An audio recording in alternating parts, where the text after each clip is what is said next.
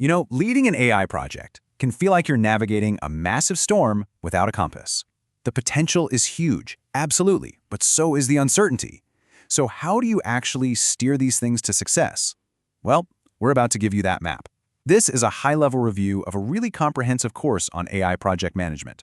Let's dive right in. This is a review of what was covered in this 15-chapter course on comparing project management methodologies for AI implementations by Virtualization Options LLC. Look, over the last 15 explainers, we've gone deep, chapter by chapter. So now, what we're doing is boiling all of that knowledge down into one executive summary, the big picture you need to make smarter decisions. Okay, so how on earth do you pack 15 chapters into just a few minutes? Well, we've broken it down into 5 key parts. First, we'll tackle why AI is such a unique challenge. Then we'll explore the classic approaches, agile and the more structured methods. After that, we'll get into the really cool stuff, the AI-specific models. And finally, we'll bring it all home and talk about how you can actually choose the right path for you. All right, let's start with the course itself started, right at the heart of the problem. Chapter 1 was all about setting the stage, making it crystal clear that AI projects are not just another IT project. No, they are a fundamentally different beast altogether. So what's the real difference here? What makes AI so special? Honestly, it all boils down to one powerful word: uncertainty. Think about it. When you build a website, you know it's going to work, right? But with AI, you're basically on an expedition. You're exploring to see if your data can even deliver the business outcome you're hoping for. And the truth is, you won't know for sure until you're deep in the trenches. And that right there is the core of the problem. The course really hammered this home. Success isn't just about hiring a bunch of brilliant data scientists, it's about getting these 4 pillars right. Whatever path you take, it's got to be built on these 4 things: clear business goals, rock-solid data, teams that can speak both tech and business, and governance that can bend without breaking. Okay, so if these projects are all about uncertainty, how in the world do you actually manage them? This is what chapters 2 through 5 of the course really dug into. They introduced the first big answer: methods that are specifically designed to embrace that uncertainty. Welcome to the world of Agile and Lean. Now, the key word here, and it's a big one, is philosophy. As we saw back in Chapter 2, Agile isn't some rigid instruction manual. It's a mindset, and for AI, that is absolutely critical. It gives teams the freedom to experiment, to learn from the data in short cycles, and to pivot fast. It's the difference between saying, we have to build this exact model, and saying, we're going to find the best model to solve this business problem. So, chapters 3 and 5 got into the weeds on 2 of the most popular ways to do Agile, Scrum and Kanban. Here's a simple way to think about it. Scrum gives you a predictable rhythm with its fixed-length sprints. It's all about structure. Kanban, on the other hand, is all about optimizing a continuous flow of work. It's perfect for teams that have to juggle planned project work and those unexpected things that always pop up. Then you've got Lean, which we covered back in Chapter 4. And the big idea with Lean is all about hunting down and eliminating waste. In an AI project, waste isn't a faulty product on an assembly line. It's a data scientist sitting around for weeks waiting for data. It's building a super complex model when, honestly, a simpler one would get the job done. Lean makes you look at your whole process and be ruthless about cutting out anything that doesn't add value. But let's be real. Not every company can just go full-on Agile. And that's why Chapters 7, 8, and 9 were so important. They covered the other side of the coin. These are the methodologies that put control, documentation, and formal governance front and center. And in some environments, that's exactly what you need. First up, the classic, waterfall. We talked about this in Chapter 7. Now I know, waterfall gets a pretty bad rap these days, but the course made a fantastic point. It definitely has its place. If you're implementing a known AI tool from a vendor in a tightly regulated industry like finance, this step-by-step, heavily documented approach might be exactly what your auditors want to see.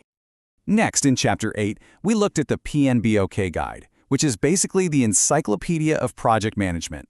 It's not really a single method. It's more like a giant toolbox of best practices.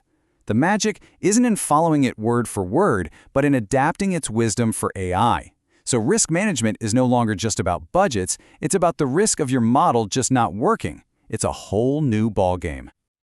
Okay, now this is where things get really interesting, because as we saw in chapters 6 and 12, the world didn't just stop with Agile and Waterfall. New frameworks have popped up that were designed from the ground up specifically for AI.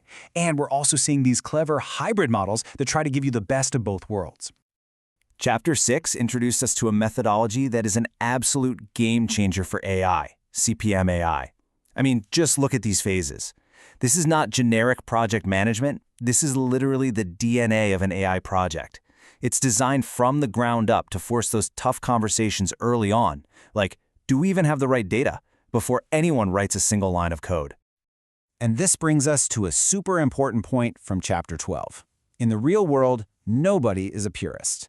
The smartest companies, they mix and match. They create hybrids. Water Scrum Fall is a perfect example.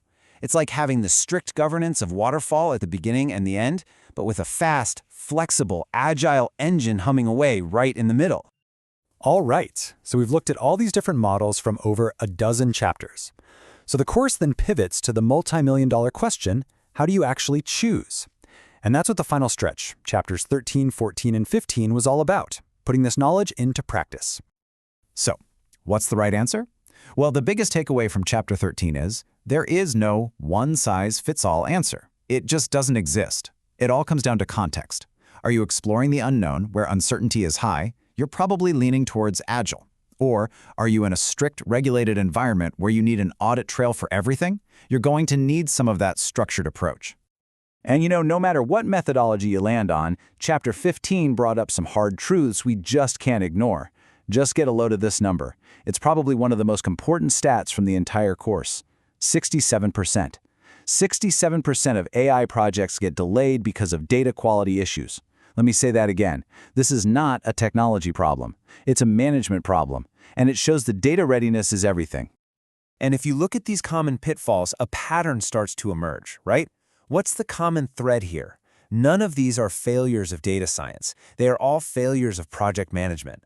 Unclear goals, stakeholders not bought in, data problems, these are the things that kill AI projects. But here's the good news, the great news actually. Every single one of these is preventable with the right discipline. So after all that, what's the one thing you need to remember from this entire 15-chapter deep dive? If you forget everything else, remember this slide. No matter what methodology you pick, success comes down to these fundamental truths. Start with business value, always. Get obsessive about your data readiness. Build teams that can talk to each other. And for heaven's sake, think about how you'll actually run this thing from day one, not as an afterthought. Get this stuff right, and you are way ahead of the curve. So there you have it. You have the map. You've seen the options, from the super flexible to the super structured. The only question left is the one you have to answer for yourself. Are you going to intentionally build a management framework that drives your AI strategy forward, or are you just going to let the technical challenges drive you? The choice, and ultimately the success of your project, is yours.